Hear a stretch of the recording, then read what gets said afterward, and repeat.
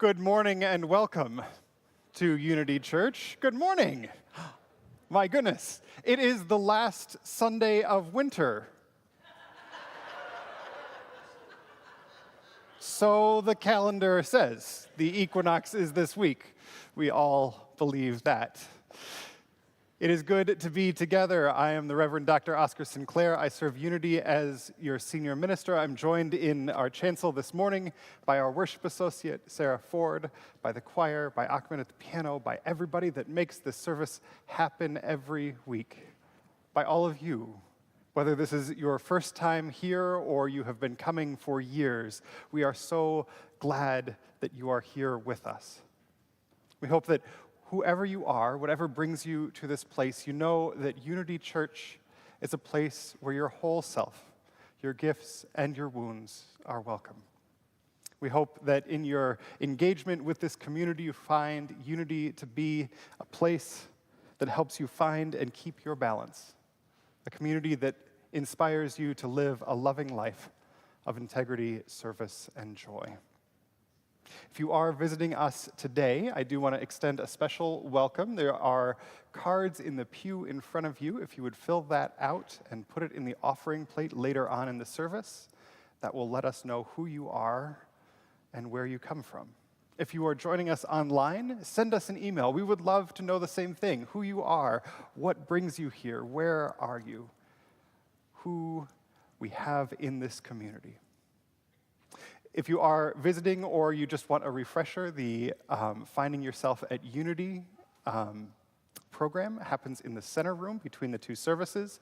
Right behind me, there's more information about that and upcoming events in the coming week in your order of service. For now, take a deep breath. Center yourself in this space, this last day, this last Sunday of winter, and enter into worship with the ringing of our bell.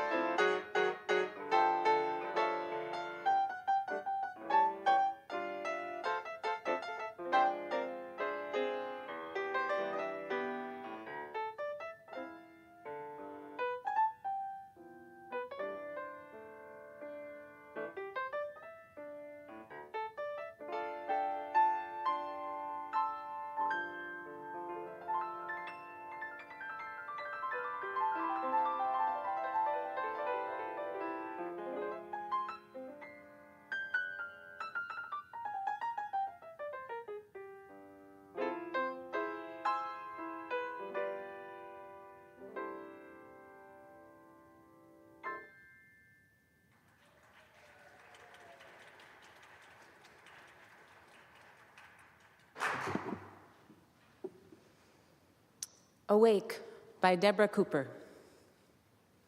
If you are not called to prayer 5 times a day, if nothing brings you to your knees, moves you to bow, to rest your head upon the earth, this choreography of awe, if you are not called to prayer 5 times a day, awake, unstop your ears, take off the blinders.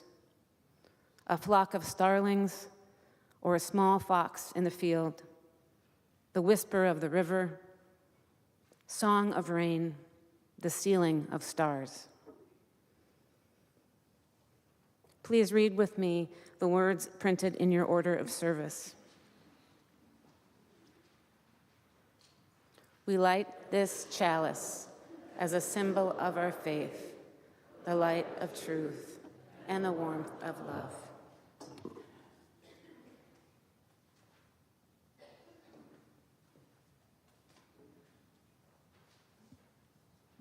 Good morning, everyone. For those of you that don't know me, my name is Ahmed Ansaldua. I am Director of Music Ministries here at Unity Church, and I'm delighted to be here with you. This month, instead of singing hymns from the hymnal that, for the most part, tend to stay in the hymnal and in this room, we're taking some time each service to learn one or two songs with the dream, I guess, the goal that maybe these are songs that you can take out into the world, into your life, to sing at home or with children or at protests or at rallies or wherever people are sort of awkwardly standing around thinking, maybe we should sing something right now. Yes, so let's see. 2 weeks ago, we learned a Quaker song, a Shaker song. Oh, my pretty mother's home, sweeter than the honey and the comb. Right, and then last week, we learned a song from Wisconsin that's called "We're Gonna Shine, We're Gonna Shine, We're Gonna Shine, We're Gonna Shine Every Day." So that was a back and forth song. So this one is more of a chant. So here, everyone stand up with me. So this one comes from Colorado. It started showing up in protests in 2016, led initially by a hip-hop group in Colorado called Flowbots, and they were singing it at protests, chanting it at protests, and it sort of it shows up here and there. So if you're just standing awkwardly, not knowing what to sing, and maybe there's a drum beat or someone clapping, you can start chanting, "It doesn't have to be like this. It doesn't have to be like this. It doesn't have to be like this. It doesn't have to be like this. It doesn't have to be like this. It doesn't have to be like this." There you go. Good. So, hey, next time you are at the Capitol or whatever, like, maybe you should get a chant going. That's a good one that you could do. And then there's also one that goes, "Today, another world is possible." Here we go. Today, another world is possible. One more time. Today, the world is possible. There we go. Good. So this band, Flowbots, put some music to those chants, so they would sing them at the places, and sometimes people sing them. So we can do that. Let's. So if we add a tune to "Another World Is Possible," it would be, it doesn't have to be like this. It would go, "It doesn't have to be like this. It doesn't have to be like this. It doesn't have to be like this. It doesn't have to be like this. It doesn't have to be like this. It doesn't have to be like this." Now, here's the thing. When you were shouting it, you were so confident. Now they're singing like, "Oh, I'm going to do it wrong." Can you pretend you can sing? Here we go. 1, 2, 3, 4. Here we go. It doesn't have to be like this. It doesn't have to be like this. It doesn't have to be like this. It doesn't have to be like this. All right, here we go. And then if we put music to the other one, it would go, oh man, that's gonna be too high for me. Today, okay. Today, another world is possible. It's your turn. Today, another world is possible. 1, 2, 3. Today, another world is possible. Give it another try. Today, another world is possible. One more time. Day, another world is possible. All right, and we could sing those two together. So if this side of the room starts going, "It doesn't have to be like this. It doesn't have to be like this." And this side of the room, "Today, another world is possible. Today, it would be like this. And not to be this. Today, like this. None. All right, thank you. So Do you know it? Is it in your brain? Next time you show up at some sort of community action where people are just like standing silently and it feels like someone should chant something, can you find the oomph, the courage in your guts to just start going, it doesn't have to be like this, until people join you? Yes? Can I get a more enthusiastic yes? All right, thank you, everyone.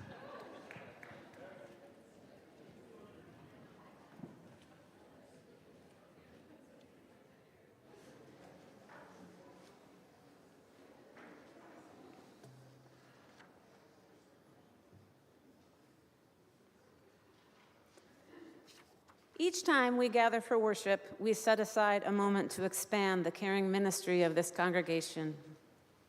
Together, we recognize the cycle of life and death, the circle of love, compassion, and witness that is at the center of this and every sacred community. In our community today, we hold in care Unity member Jennifer De Mesquita as she begins testing to confirm an epilepsy notice. The process is both daunting and draining, and Jen asks for courage as she goes through this process and adapts to her new reality. We hold Unity member Sheila Cunningham and her sister Peg Cunningham in care as Peg battles serious lung and heart issues brought on by a COVID episode during the Christmas holiday.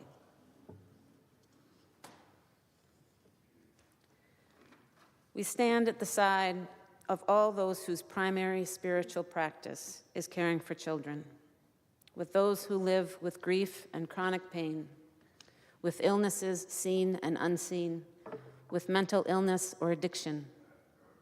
We pray for our neighbors in prison, those who care for family members in ill health, and those who struggle to stay afloat amidst poverty.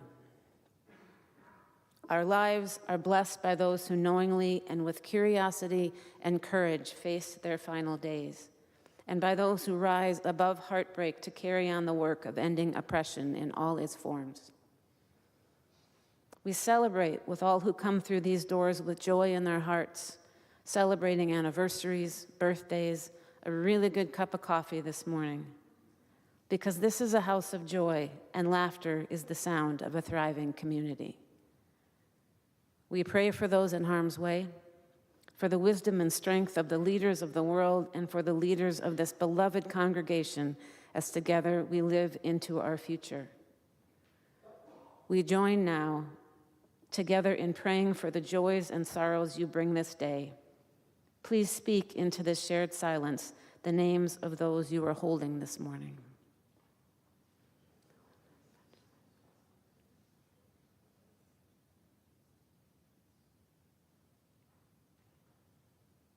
For all these names, and for the names not spoken aloud but held deep in the heart, we now join in a time of shared silence.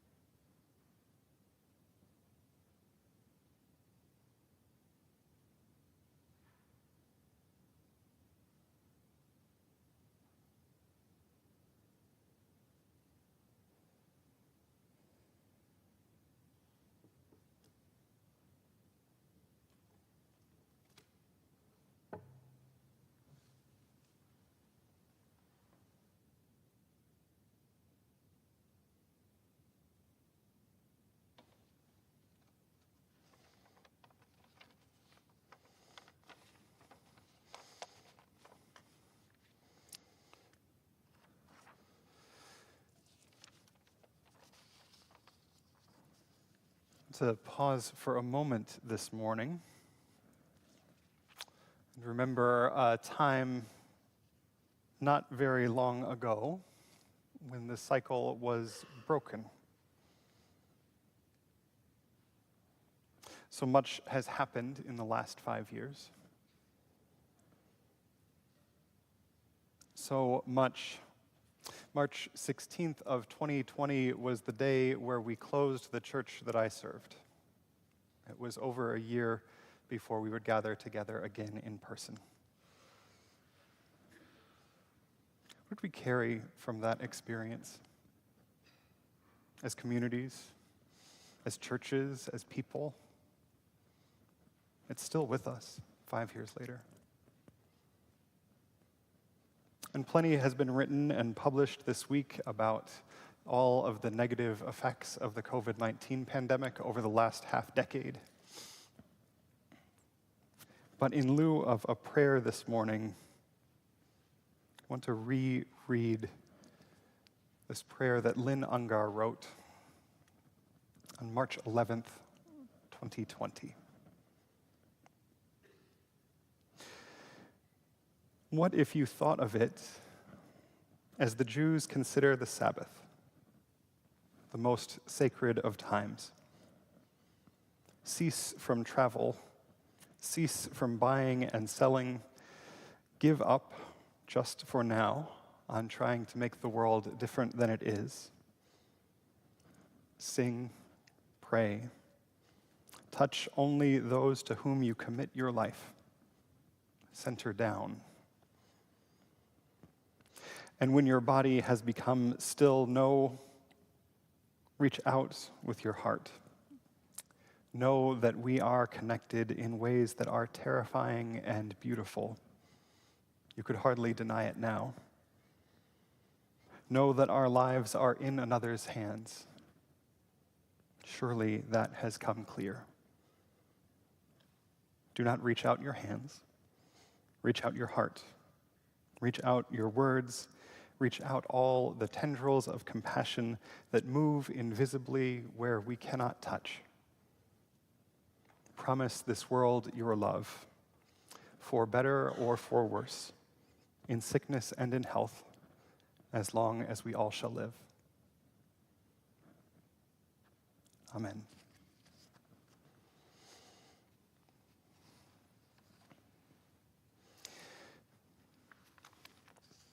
And even after that great pause, cycles continue. One of the cycles that we take up each week here at Unity Church is taking up an offering. Our movement extends beyond the walls of this church, and so the offering that we take up each week goes to partners in our community with whom we share a common interest. Our offering recipient this morning is the Bridge for Youth, which empowers youth experiencing homelessness through safe shelter, basic needs, and healthy relationships. I'm so sorry. I believe this is...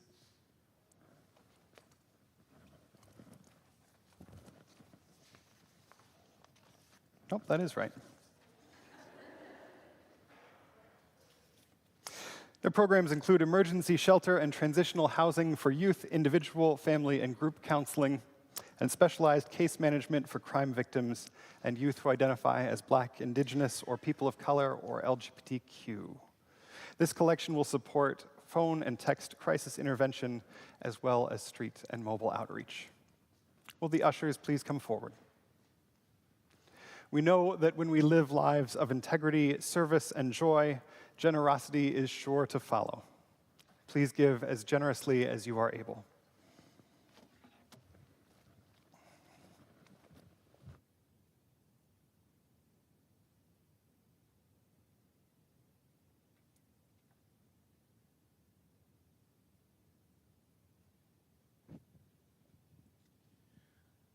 So before Unity Choir comes up to sing the Offertory, I want to tell you a little bit about it. First, I want to just acknowledge our wonderful composer, Elizabeth Alexander, who showed me this song back in December, and I really liked it. Thank you, Elizabeth. So this is a world premiere. That's the first thing. And when you do a world premiere as a conductor, any sort of musician, it's important to just sort of know why you're doing it. What is it about the piece that makes worth doing? So I wanted to, my understanding, and I don't want to put words in Elizabeth's mouth, so yell if I say something wrong, is that the initial inspiration for this piece came from attending an anti-war rally that essentially turned into a big therapy session that was about everyone's pet issue. And everyone left thinking, man, nothing got done, and this was a big waste of time.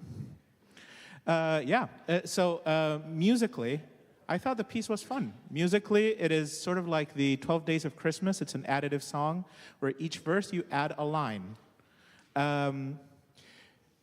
Logistically, I thought, hey, I don't get a lot of opportunities to bring levity to the music and worship at Unity Church. I appreciate some levity, even if it's a little bit of dark humor. But most importantly, the song rang true to me. I do a lot of activism in very specific areas. I have been at nonprofit board meetings where every member on the board just lost focus on what we were there for and wanted to bring their own pet issue and just derailed everything we're trying to do. I've been at community gatherings where a specific action needed to be taken, like literally saving people from a neighborhood that was on fire, and all the space was being taken up by someone that wanted to bring their pet issue, I don't know, food allergies, or to that specific moment, that specific time, and wanted all the attention in the room.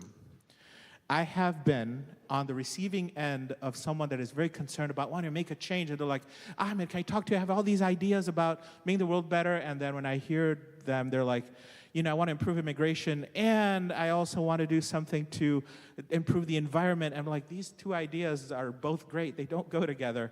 The lack of focus, the lack of clarity, and ultimately the fact that nothing got done because it became more about one specific person's pet peeves and issues rather than about the action. So I invite Unity Choir to come on up, and we're going to perform for you the world premiere of Saving All the Whales in the Sea.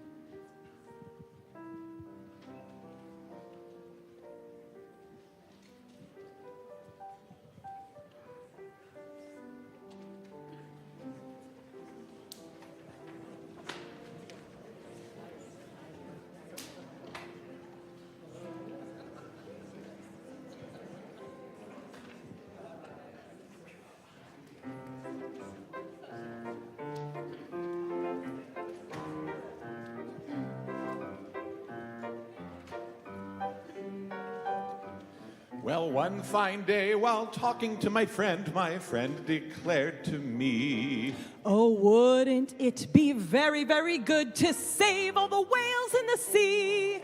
We talked to all the folks we knew who thought the same as we. 1,000 people signed right up to save all the whales in the sea.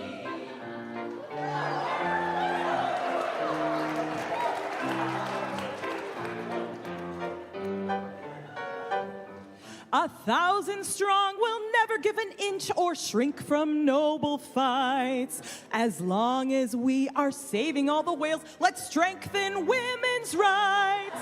we told the Happy news to those within our coterie. 800 people sat around to strengthen women's rights and save all the whales in the sea.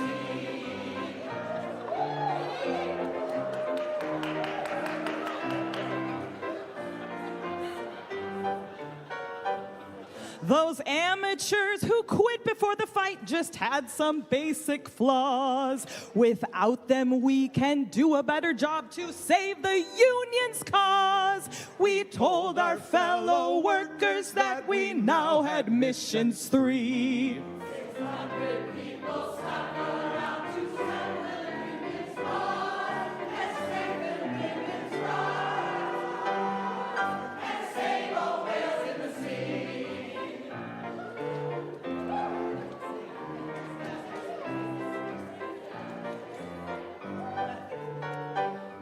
While helping workers, women, and the whales, let's do some more besides. I think it's time to double down and work to ban all pesticides. We vowed that we would stand beside each butterfly and bee. 400 people stuck around to ban all pesticides, and help the union's cause, and strengthen women's rights, and save all whales in the sea.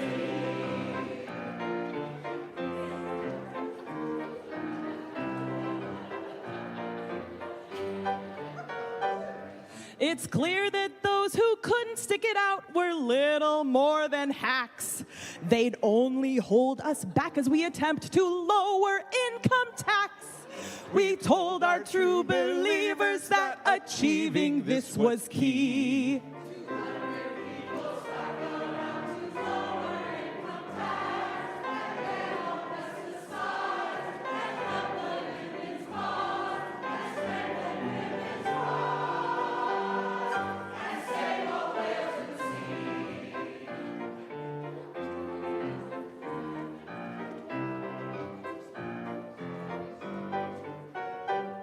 Say, don't you think it's really quite a shame to see the sky so brown?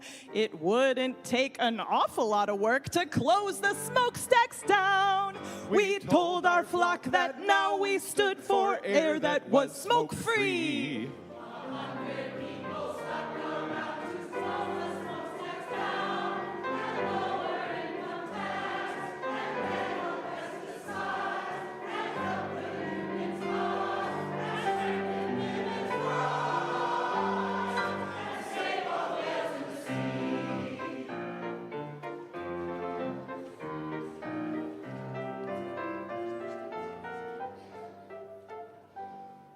I ask you, has there ever been a team that had such unity? I think we're finally ready to address our foreign policy. She looked at me with eager eyes, expecting I'd agree.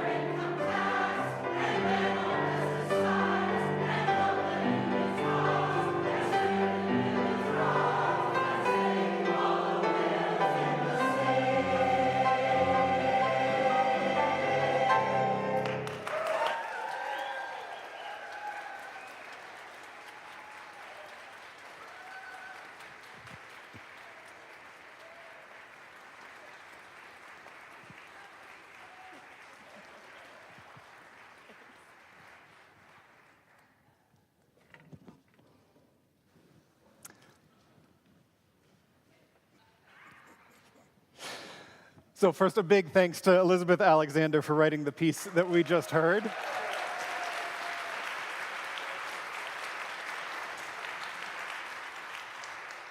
It is glorious to be in a part of a congregation that has such music in it, from composers to directors to singers. Every week, we build this meaning-making hour out of music and spoken word, and it's just a really fun part of my job. I also love the message of that particular song, delivered in love and humor. I heard some laughs as choir members disappeared. Did anyone recognize the dynamic they were singing about? Any uncomfortable scooting in the pews as we recognize ourselves in it? I don't know, I'm still getting to know you. Is Unity Church so named because it is the only Unitarian Universalist congregation in the country to have such tightly focused goals and programming that we never get distracted by the number of worthy causes we could pursue, and in so doing lose our unity?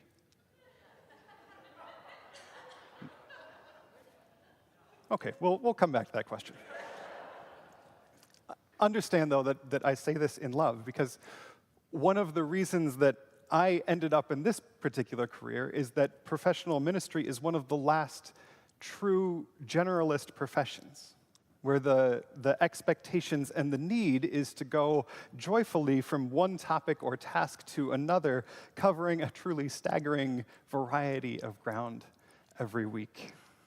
So just this past week, in a 50-hour period, I had conversations, meetings, or tasks that included, but were not limited to, community organizing in the context of affordable housing, the makeup of next year's cohort of worship associates, next steps for the Unitarian Universalist Service Committee in the Twin Cities, hospital visits, ministerial involvement in Unity's Coming of Age program for our youth, developing outdoor activities for the congregation, monthly themes for the rest of the spring, Unity's anti-racism ministry and next steps, planning the installation service for next month.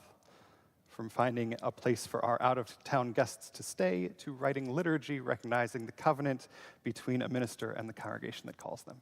50 hours. And that's just a regular Tuesday and Wednesday. Like, that's the gig. It's a powerful thing to move from program to program each week and see the breadth and depth of engagement here at Unity. The congregation's executive team is tracking over 70 strategic priorities that have been articulated for either the congregation or staff. This is not a community that lacks for good, important work where there are champions carrying it forward. But if there is a lament in some of those meetings and programs, it's this: that they feel isolated from the larger congregation. How do we get more people to know about us? Feels like the most common question I hear from groups of congregants working at Unity. We're for saving all the whales in the sea, which we thought the whole congregation was for. So where's everybody else? Why is it just a small group of people here? Unitarian Universalism, this tradition that we're part of, emphasizes the many, many ways into the congregation. There are dozens of ways to get involved in this congregation, which helps us meet folks where they are and bring them in quickly. We aren't just one thing here. We are the prego of organized religion.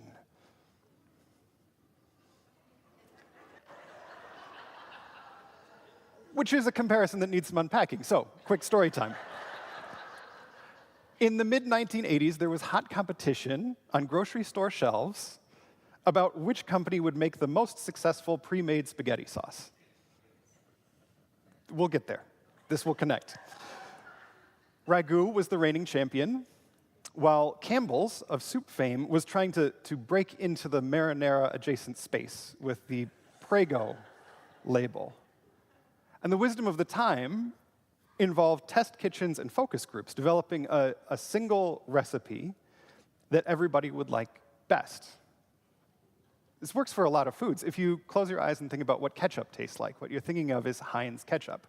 It's the one variety that has dominated the market. Everything that is different tastes a little off to most people. Variations tend to be seen as lesser, so it's really hard for other companies to compete with Heinz. And the idea was that spaghetti sauce was like that. But the story goes that Campbell's eventually hired Harold Moskowitz, a statistician, food scientist, and descendant of Lubavitcher rabbis from White Plains, New York. And Moskowitz realized something: spaghetti sauce is not ketchup.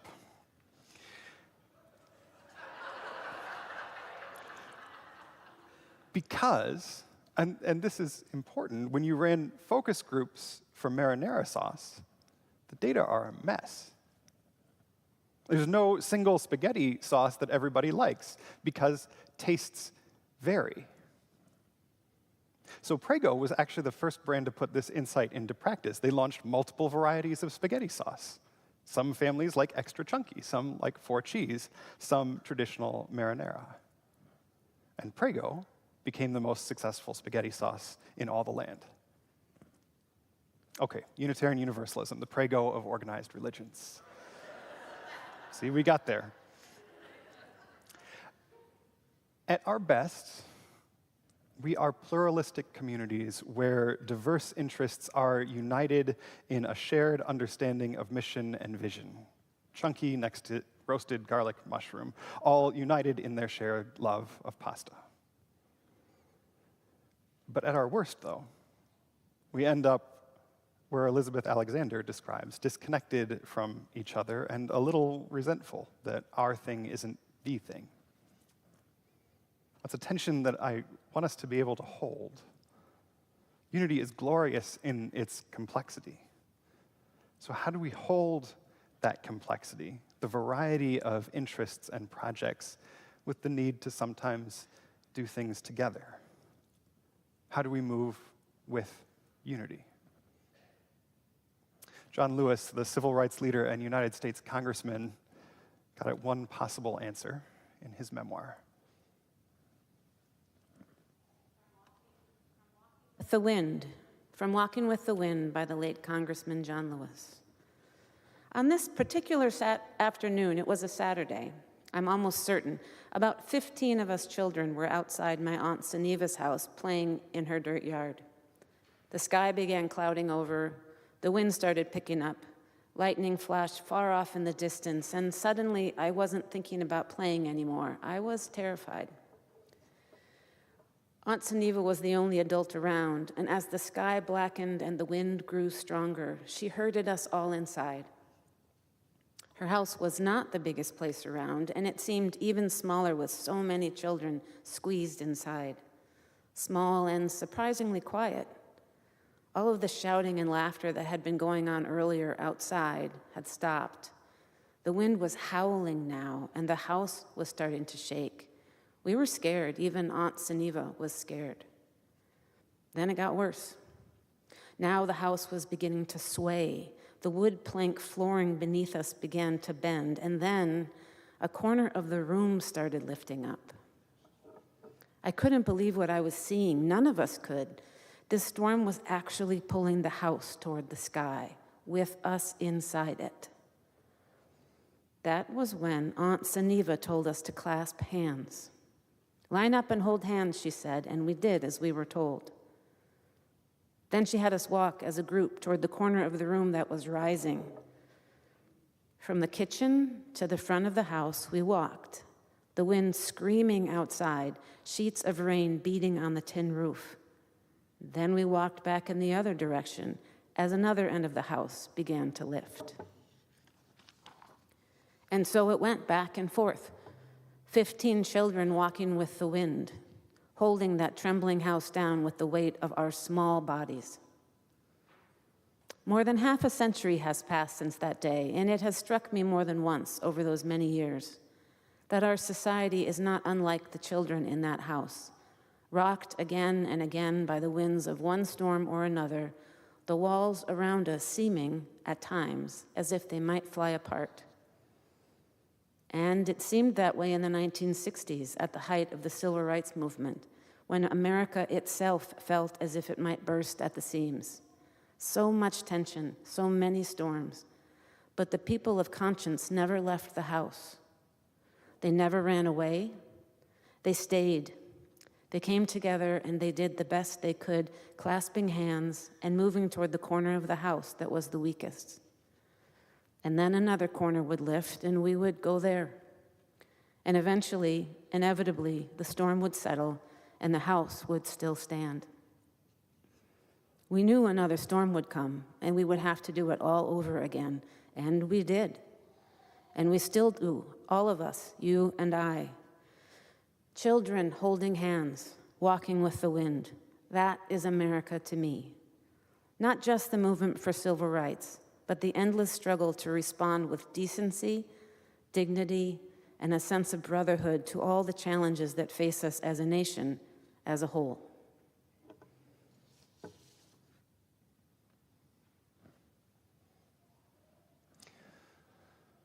Last month, I heard a colleague of mine preach on that John Lewis reading and knew immediately that we would be bringing it here to Unity. Last week, March 7th, was the 60th anniversary of the Bloody Sunday March in Selma, Alabama. where John Lewis's reputation as one of the young leaders of the civil rights movement was cemented.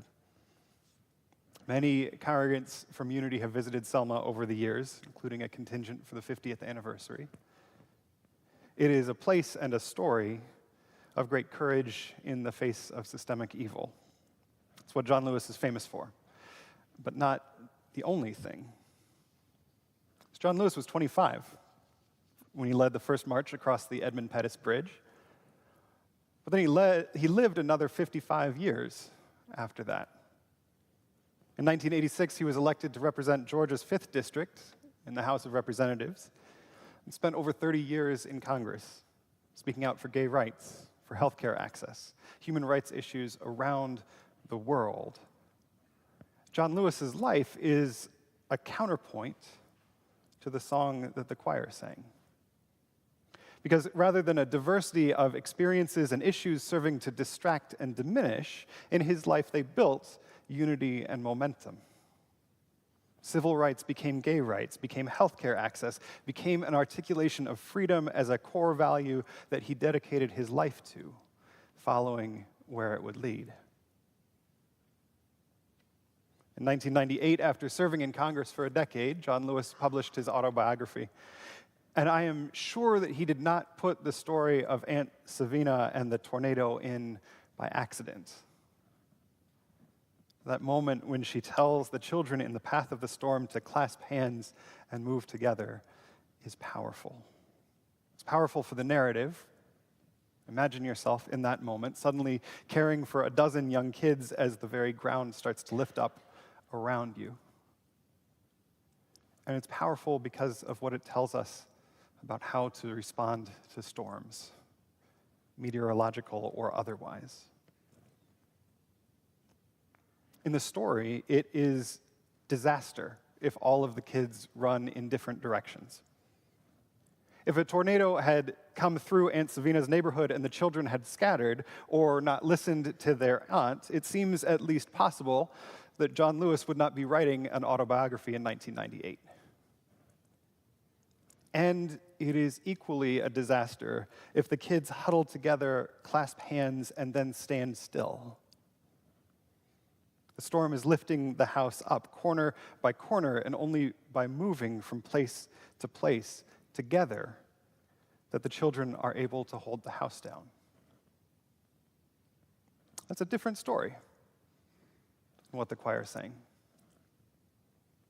It's not a tight focus on a single problem. The children do not walk to the first place they need to hold down and then stop, not focusing on other problems. They move. Lewis says that this is the best of America, responding with decency, dignity, and community to all the challenges that face us as a nation. And it is a focus on unity. The children walk together, refusing to separate. They are united as they move from place to place, holding the house down together. A strategy of unity, small u, and perhaps a strategy for unity, big U. Unity is quite the name for a church. We have some history in our tradition of big names. In 1896, a Universalist preacher named J.M. Pullman wrote, "Universalists have squatted on the biggest word in the English language." Now, the world is beginning to want that big word, and so we Universalists must either improve the property or move off of it. The most common name for our congregations, after the UU congregation of insert place name here, is All Souls. Another big name. But Unity is probably the second most common, including here in St. Paul. Why? This congregation's history has no record of why the founders of it named it Unity. What was united in 1872? What are we saying when we claim that name now in 2025? We aren't united in our theology or our creed. We aren't of one mind for what issue is the most important to address. We are a committed, pluralistic community who sees our diversity as our strength, and yet, unity. Maybe our unity is this.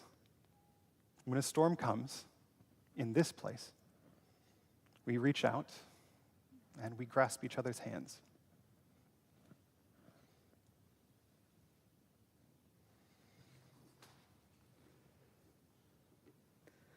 From the Aspen stand to the howling, hoarding men of Bravado. One aspen tree is actually only a small part of a larger organism. A stand of aspens is a singular organism with the main life force underground in its extensive root system. We are coming up together, hands gripped tightly. We rise from emptied out food shelves and overfull shelters, our schools and our sober houses. From the civil servant offices whose doors you've shuttered, from bars full of old friends and old loves and nail salons with 1,000 colors to choose from. Our libraries with their sweet smell of story, from our food trucks and boiler rooms, out of the thousands of nonprofits built only out of dreams for a kinder world.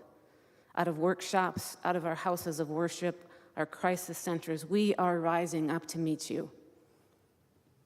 Just when you thought you had us all figured out, had us all pinned down in place, afraid of one another, separated, alone, convinced by your peculiar rendering of reality that the bars you created are born from our individual shortcomings and that we ought not trust each other. That we are addicted because we lack the stuff of great men, not addicted because you chose which neighborhoods to stuff full of crack and then which to flood with opioids. That we are convinced that this group of people should be afraid of that the immigrants and transgender sisters and brothers are coming to take from me, to harm me, that I'm going to take from someone else, that predators lurk in every shadow.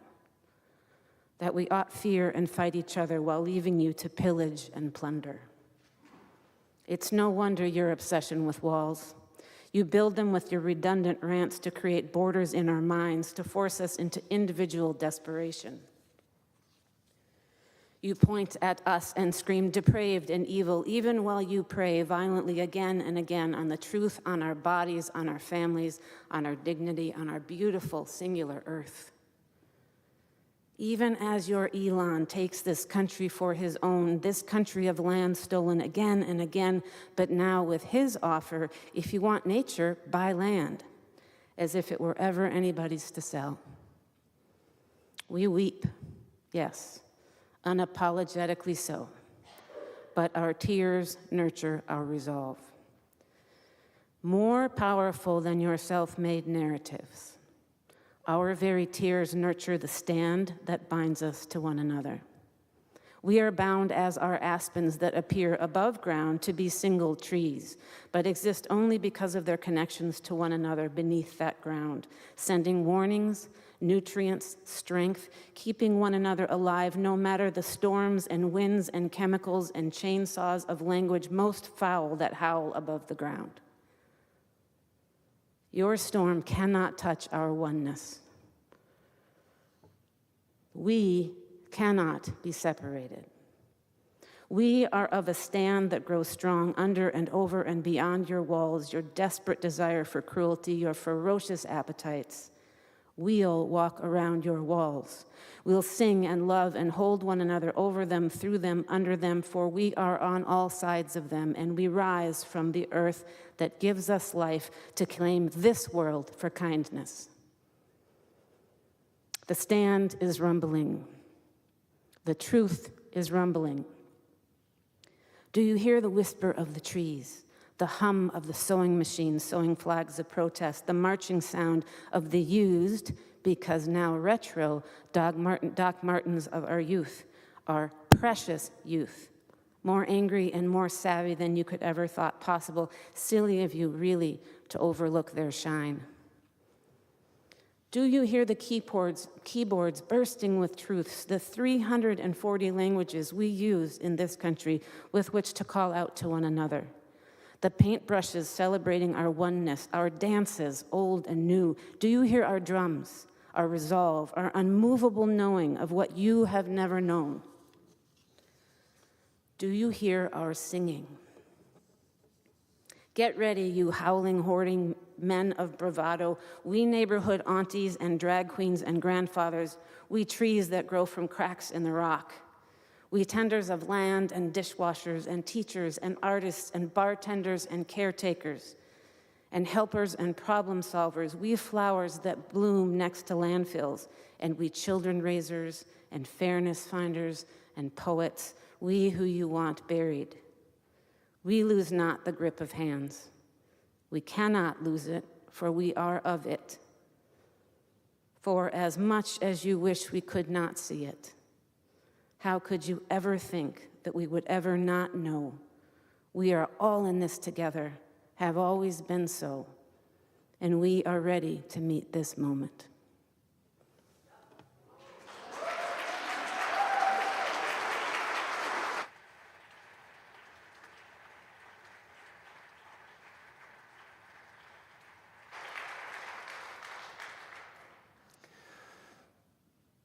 So the storm's here now, make no mistake, and now we'll need to move together, going from one corner of our house to the next, holding the floor down.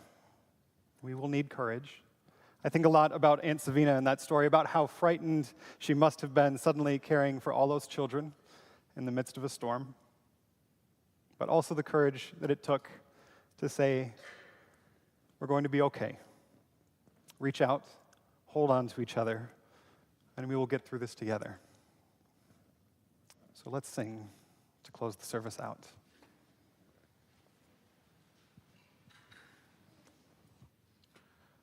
All right, everyone, please stand as you're able. And these last few services, I've been teaching you a song called Resilience by Abbie Betinis. We've sung it a couple of services now. First, we learned the melody line. Then we added a harmony.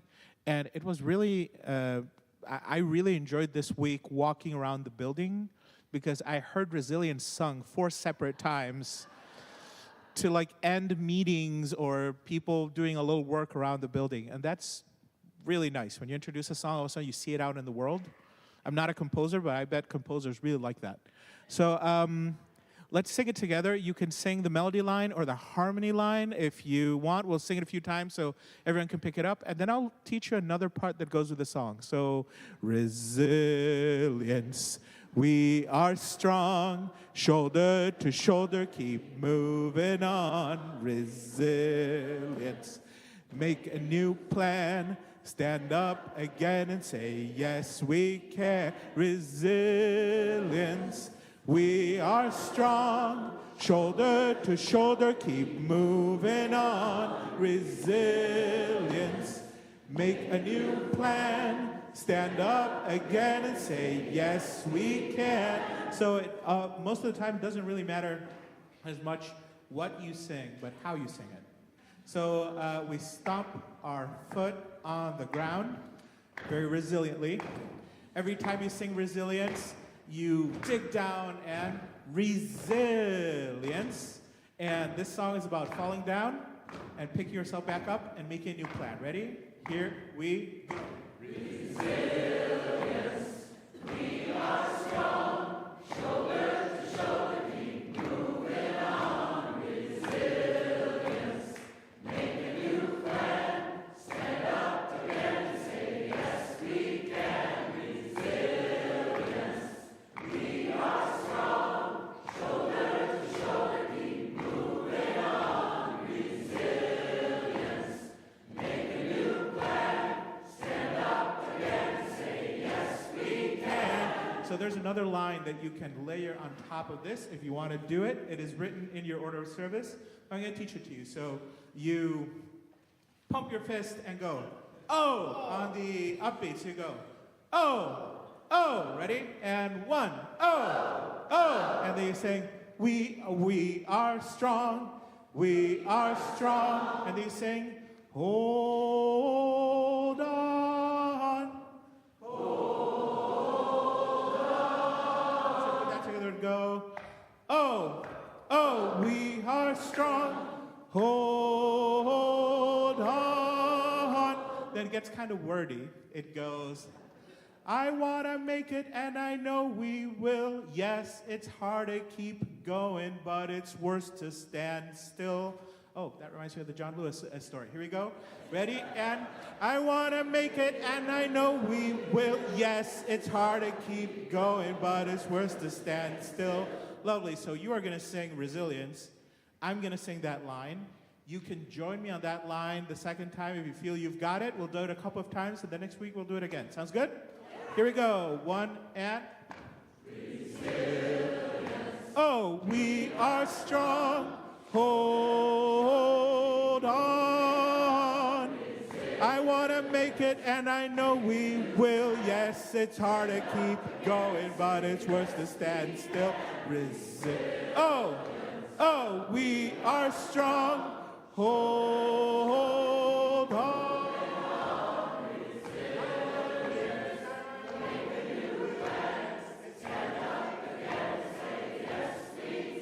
Resilience. All right, so here's your homework. Sing it somewhere this week. To yourself, in the car, after a meeting, out in an action. Yes? Yes. And then you've got, it doesn't have to be this way. It doesn't have to be this way. Today, another world is possible that you could also sing somewhere. Yes? Yes. All right, thank you, everyone. Quick announcement before we go. Next week, we are practicing resilience in all of the ways right now. So next week, we have an evacuation drill that we're going to do as part of at the end of the worship service. There's a lot more information in your weekly emails about that. We'll talk through it as we do it next week, but be ready for that. Dress appropriately with what the weather is. With that, go in peace, go in courage, and go in faith. Amen.